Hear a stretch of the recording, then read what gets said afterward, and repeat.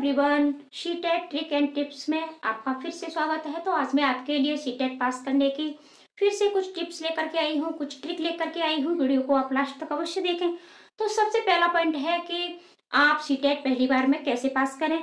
तो देखो, सबसे पहली बार में पास आपको करने के लिए सबसे पहला पॉइंट है कि आपको आज से अभी से ही पढ़ना शुरू कर देना होगा। लेकिन आप लोग ऐसा नहीं करते हैं, आप लोग नोटिफिकेशन का इंतजार करते हैं। जब तक नोटिफिकेशन आएगा नहीं, आप पढ़ाई शुरू करेंगे नहीं।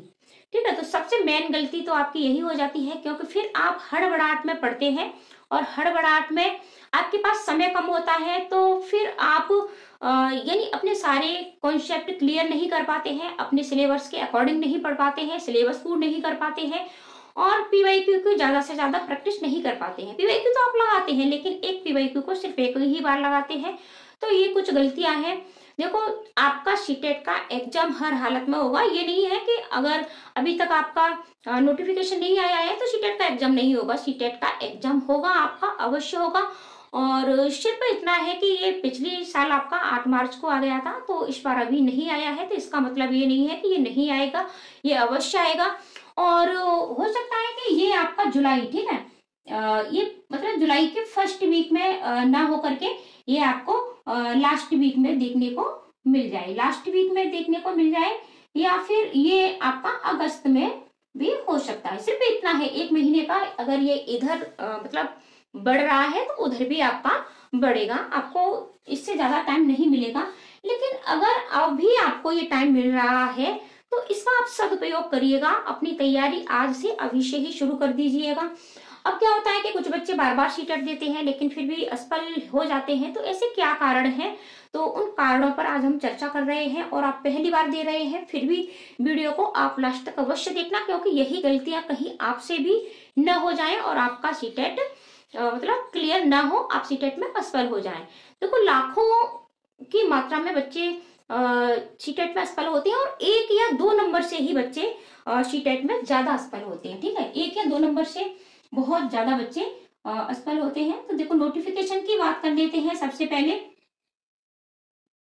तो नोटिफिकेशन आपका मुझे लगता है कि आपका लास्ट मार्च या फिर अप्रैल फर्स्ट वीक, ठीक है, या फिर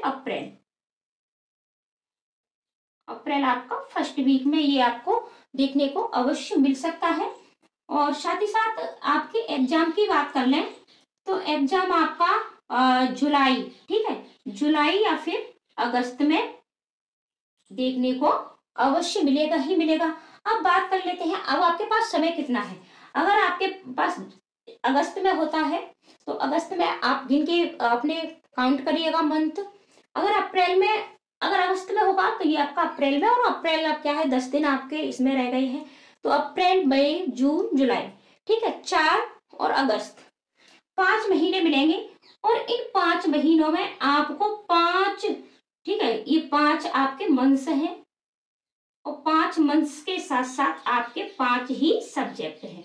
अब मान के चलिएगा, अगर आप आज से अभी से पढ़ाई अपनी प्रिपरेशन शुरू कर देते हो तब आपके पास एक सब्जेक्ट के लिए 1 ही महीना है। और 1 महीने में इतनी सारी चीजें, 15 दिन आप पेडागोजी के लिए रखेंगे। ठीक है, जैसे मैं 1 मंथ का आपको बताती हूँ कि अगर आप एक मंथ करके, बल्कि एक बात और मान के चलिएगा कि ये आपका जो पूरा लास्ट वाला मंथ होता है वो आपका रिवीजन में चला जाता है।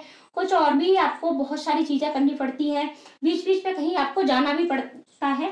तो पूरे 5 महीने आपके पास नहीं होते हैं, आप 4 महीने ही मान के चलिएगा। अब 1 महीने में जैसे कि आपने सीडीपी उठा लिया, ठीक है, सीडीपी, तो सीडीपी अब हम 30 को हम 5 से डिवाइड करेंगे तो हमारे पास कितने नंबर आएंगे। ठीक है, अगर हम बाकी सारे सब्जेक्टों को इसमें पढ़ेंगे हम, तो बताइए 6 दिन आएंगे।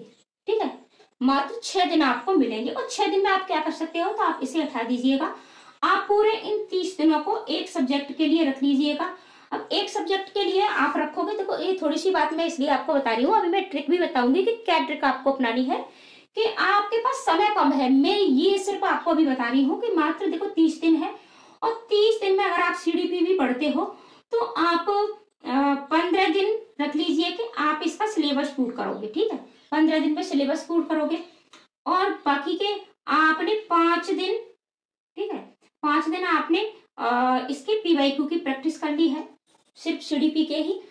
अब आपके 20 दिन हो गए, अब आपके मात्र ये 10 दिन बचे हैं, और इस 10 दिनों में आप पेडागोजी भी इसकी सीखोगे।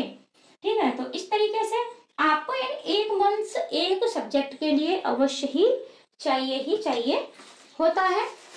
तो ये चीज होती है, तो इसलिए मैं कह रही हूँ कि आप आज से अभी से ही पढ़ना शुरू कर दीजिएगा। अब आपको क्या स्ट्रेटजी अपनानी है, क्या प्लानिंग करनी है, तो थोड़ा इस पर चर्चा कर लेते हैं। ये तो हो गया नोटिफिकेशन, ठीक है। तो धैर्य के साथ वीडियो लास्ट तक आप अवश्य देखें।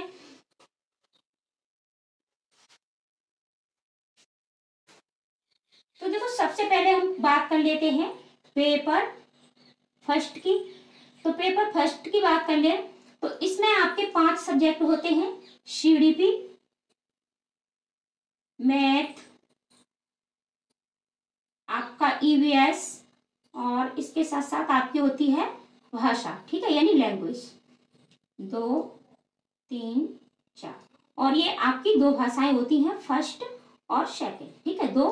तो इस तरीके से आपके 2 भाषाएं हो जाती हैं, ठीक है। मैं अलग अलग लिखे दे रही हूँ इनको, 5 भाषा फर्स्ट और भाषा सेकंड, ये 5 सब्जेक्ट होते हैं। अभी पेपर सेकंड के लिए भी बताएंगे।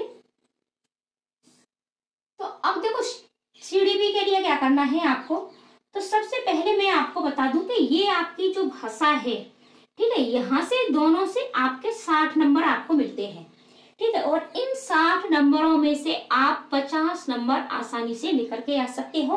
फिर बाकी के आपको कितने नंबर चाहिए, बाकी के आपको नंबर चाहिए पास होने के लिए 40, ठीक है, जिनका बार बार नहीं निकल रहा है। अगर आप अच्छा स्कोर कर पाते हो, ठीक है, तब तो बहुत अच्छी बात है, लेकिन जिसका नहीं निकल रहा है या पास होने में मुश्किल लग रहा है, तो मात्र अब हमको 40 नंबर चाहिए। और अभी हमारे पास सब्जेक्ट कितने हैं, ठीक है, ये विषय 30, ये भी 30 नंबर का आएगा, ये भी 30 नंबर का आएगा, और ये भी 30 नंबर का आएगा, ठीक है।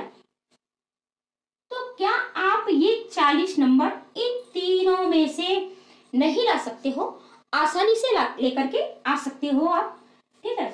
आपके पास ये 90 हैं, और 90 में से आप 40 नंबर आसानी से लेकर के आ सकते हो। इसकी भी ट्रिक मैं बताऊंगी कि कैसे लेकर आना है। अब बात कर लेते हैं लैंग्वेज की।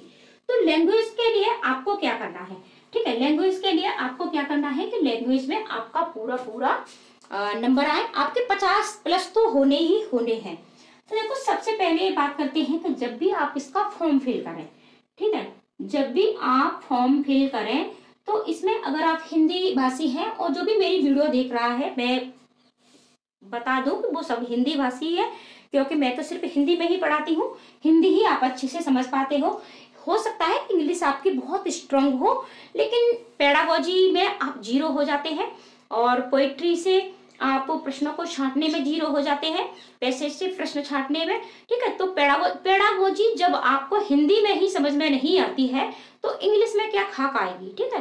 तो अगर आप मेरी माने सीटेट अगर आप पास करना चाहें, तो आप फर्स्ट जब भी आप फॉर्म फिल करें, ठीक है, तो आप फर्स्ट लैंग्वेज आप हिंदी लें, और सेकंड लैंग्वेज आप अपनी संस्कृत का चुनाव करें, जो भी हिंदी भाषी वाले हैं, ठीक है। या फिर आपकी अगर इंग्लिश अच्छी है, इंग्लिश फर्स्ट में लेते हो, सेकंड आपकी जो भी आपका स्टेट है आप उस हिसाब से ले सकते हो। वरना बात कर लेते हैं जैसे कि यूपी है, बिहार है, राजस्थान है, ये इन सभी राज्यों में ज्यादातर बच्चे हिंदी और संस्कृत का ही चुनाव करते हैं। हिंदी ही हमारी ज्यादा बोली भी आती है, तो इसका आप चुनाव करें। आपने हिंदी ले लिया, संस्कृत ले लिया, अब ये 2 भाषाएं आपने ली है। अब आपको क्या करना है, आपको करना है कि देखो, इसमें से आपके 30 नंबर के आपके प्रश्न छांटने के लिए आएंगे, भाषा फर्स्ट में हिंदी में, और ये प्रश्न आपके छांटने के लिए आएंगे, किससे आएंगे, एक आपको मिलेगी हिंदी में कविता, ठीक है, और दूसरा आपको मिलेगी एक गद्यांश, ठीक है, जिसे हम गद्यांश या पद्यांश भी, इसको पद्यांश भी कह सकते हैं। तो आपको कविता मिलेगी और गद्यांश मिलेगा, और इन दोनों से आपको 15 नंबर यहाँ से छांटने के लिए आएंगे, ठीक है। तो इन दोनों से कितने आएंगे आपके नंबर, इन दोनों से आपके 15 नंबर छांटने के लिए आएंगे, ठीक है। 30 प्रश्न छांटने के लिए मैंने दोनों भाषाओं के लिए बोला है। तो इन दोनों से आपके 15 नंबर छांटने के लिए आएंगे और इन 15 नंबरों में से आपका एक भी नंबर मिस नहीं होगा। देखो ग्रामर बेस, ठीक है, व्याकरण की बात कर लेते हैं। तो व्याकरण चाहे आपकी हिंदी फर्स्ट हो, ठीक है, संस्कृत हो यानी लैंग्वेज फर्स्ट हो, चाहे सेकंड हो, चाहे इंग्लिश ही हो, उर्दू हो, ठीक है, मराठी हो, कोई भी लैंग्वेज हो आपकी, आपका व्याकरण बिल्कुल भी नहीं पूछा जाता है। आपको कोई भी तैयारी नहीं करनी है। अब बच्चे यहाँ भी क्या है कि प्रश्नों को छांटने में गड़बड़ कर देते हैं और उनके 1 या 2 नंबर गलत हो जाते हैं। ऐसा बिल्कुल भी नहीं है कि व्याकरण आपको बिल्कुल भी नहीं पढ़ना है। पढ़ना है, आपने अभी तक जो भी पढ़ा है उसका फुल रिवीजन आपको करना है। जैसे कि छोटे छोटे टॉपिक पूछे जाते हैं, गद्यांश और पद्यांश में से ही आपसे पूछ लिए जाएंगे। जैसे कि आपका प्रत्यय पूछ लिया जाता है, ठीक है, आपका उपसर्ग पूछ लिया जाता है, आपके कारक पूछ लिए जाते हैं, आपके कभी कभी समास पूछ लिए जाते हैं। तो इन मतलब ये सारे टॉपिक हैं जो भी ग्रामर के, उनको आप एक बार रिवाइज अवश्य कर लें। छोटे छोटे टॉपिक पूछे जाते हैं, ज्यादा बड़े बहुत हार्ड लेवल की ग्रामर नहीं पूछी जाती है। और मात्र आपके यहाँ से इनसे 2 से 3 प्रश्न बनते हैं, ठीक है, 2 से 3 ही प्रश्न बनते हैं। अब मान के चलिए सीटेट में एक एक नंबर की बहुत बड़ी वैल्यू है, तो अगर आपके 2 से 3 नंबर गलत हो गए, अगर आपने बिल्कुल भी इन टॉपिकों को नहीं पढ़ा है, तो ये भी गलती आपको नहीं करनी है। तो पूरे 15 नंबर। अब इसके लिए आपको पीवाईक्यू की प्रैक्टिस बहुत ज्यादा करनी होगी, चाहे वो हिंदी हो चाहे वो संस्कृत हो, ठीक है। तो दोनों की आप प्रश्नों को छांटना बहुत आपको करनी है, प्रैक्टिस जम करके करनी है। कैसे प्रश्न छांटते हैं, जल्द ही आपको इस पर वीडियो मिलेगी और पहले भी दी जा चुकी है, तो आप प्लेलिस्ट में जाकर के देखिए कि प्रश्नों को गद्यांश पद्यांश से आपको कैसे छांटना है। अब बात कर लेते हैं अगले 30 नंबर की, यानी ये आपको मिलेंगे। देखो जो भी आपकी सेकंड लैंग्वेज होगी, एक चीज मैं आपको बता दूं कि जो भी आपकी सेकंड लैंग्वेज होगी वहां आपको कविता, ठीक है, वहां आपको कविता नहीं मिलेगी, दोनों आपको पैसेज ही मिलेंगे। तो ठीक है, ये आपको नहीं मिलेगी। तो अब बाकी के 30 नंबर है वो आपके बनेंगे पेडागोजी के, ठीक है, पेडागोजी के। अब पेडागोजी पर पकड़ कैसे बनाए, तो पेडागोजी पर पकड़ बनाने के लिए आपको प्रत्येक विषय की, चाहे वो आपकी सीडीपी हो, मैथ हो, ईवीएस हो, एसएसटी हो, ठीक है, साइंस हो, जो भी सब्जेक्ट हो आपका, लैंग्वेज हो, सबके आपको टैग वर्ड्स सीखने पड़ेंगे। साथ ही साथ आपके कुछ की वर्ड्स भी होते हैं, तो ये भी आपको सीखने पड़ेंगे। तो टैग वर्ड्स और कीवर्ड्स आप प्लेलिस्ट में जाकर के इनको आज से अभी से पढ़ लीजिएगा। और आपको अगर ये नेगेटिव और पॉजिटिव टैग वर्ड्स आते हैं और इनको कैसे निकालते हैं, बाकी सारी प्रिपरेशन आपको कराई जाएगी। आपका सीटेट पहली बार में क्लियर होगा, इसकी गारंटी मैं लेती हूँ। बस आपको एक छोटा सा हमारी हेल्प करनी है, और वो हेल्प ये है कि आपको इस वीडियो को ज्यादा से ज्यादा शेयर करना है, चैनल को सब्सक्राइब करना है और अपना प्यारा सा छोटा सा एक कमेंट भी अवश्य करना है, ठीक है। तो कुछ टैग वर्ड्स सीखिएगा, कुछ कीवर्ड्स सीखिएगा।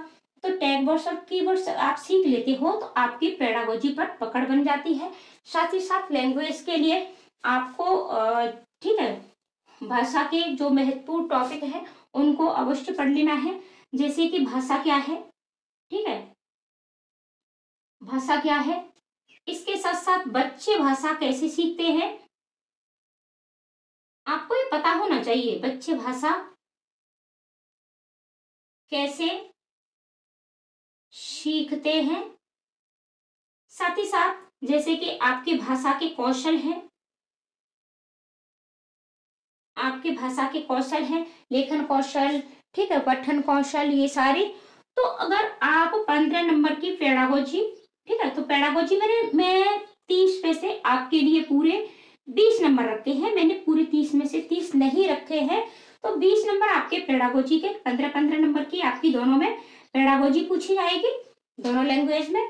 और आपके 20 नंबर यहाँ से और 30 नंबर आप पोएम और पैसेज से लेकर के अवश्य आ सकते हैं। तो आपके ये पूरे नंबर हो गए, और ये नंबर आपके हो गए, ठीक है, 60 में से 50 नंबर आप भाषा में से लेकर के आ सकते हो। ज्यादा से ज्यादा जितनी हो सके उतनी पीवाईक्यू की प्रैक्टिस करिएगा। तो मिलते हैं अगली वीडियो में। वीडियो बहुत लंबी हो रही है, सीडीपी की तैयारी आपको कैसे करनी है, अगली वीडियो मैथ की, ईवीएस की, साथ ही साथ हम सेकंड पेपर की भी आपको बताएंगे, एसएसटी की तैयारी कैसे करनी है। और बाकी आप चाहें तो हमारी प्लेलिस्ट का इस्तेमाल कर सकते हैं। चैनल को ज़्यादा से ज़्यादा अपने दोस्तों को शेयर भी कर दें, वीडियो को, चैनल को सब्सक्राइब कर लें। आज के लिए इतना ही, धन्यवाद।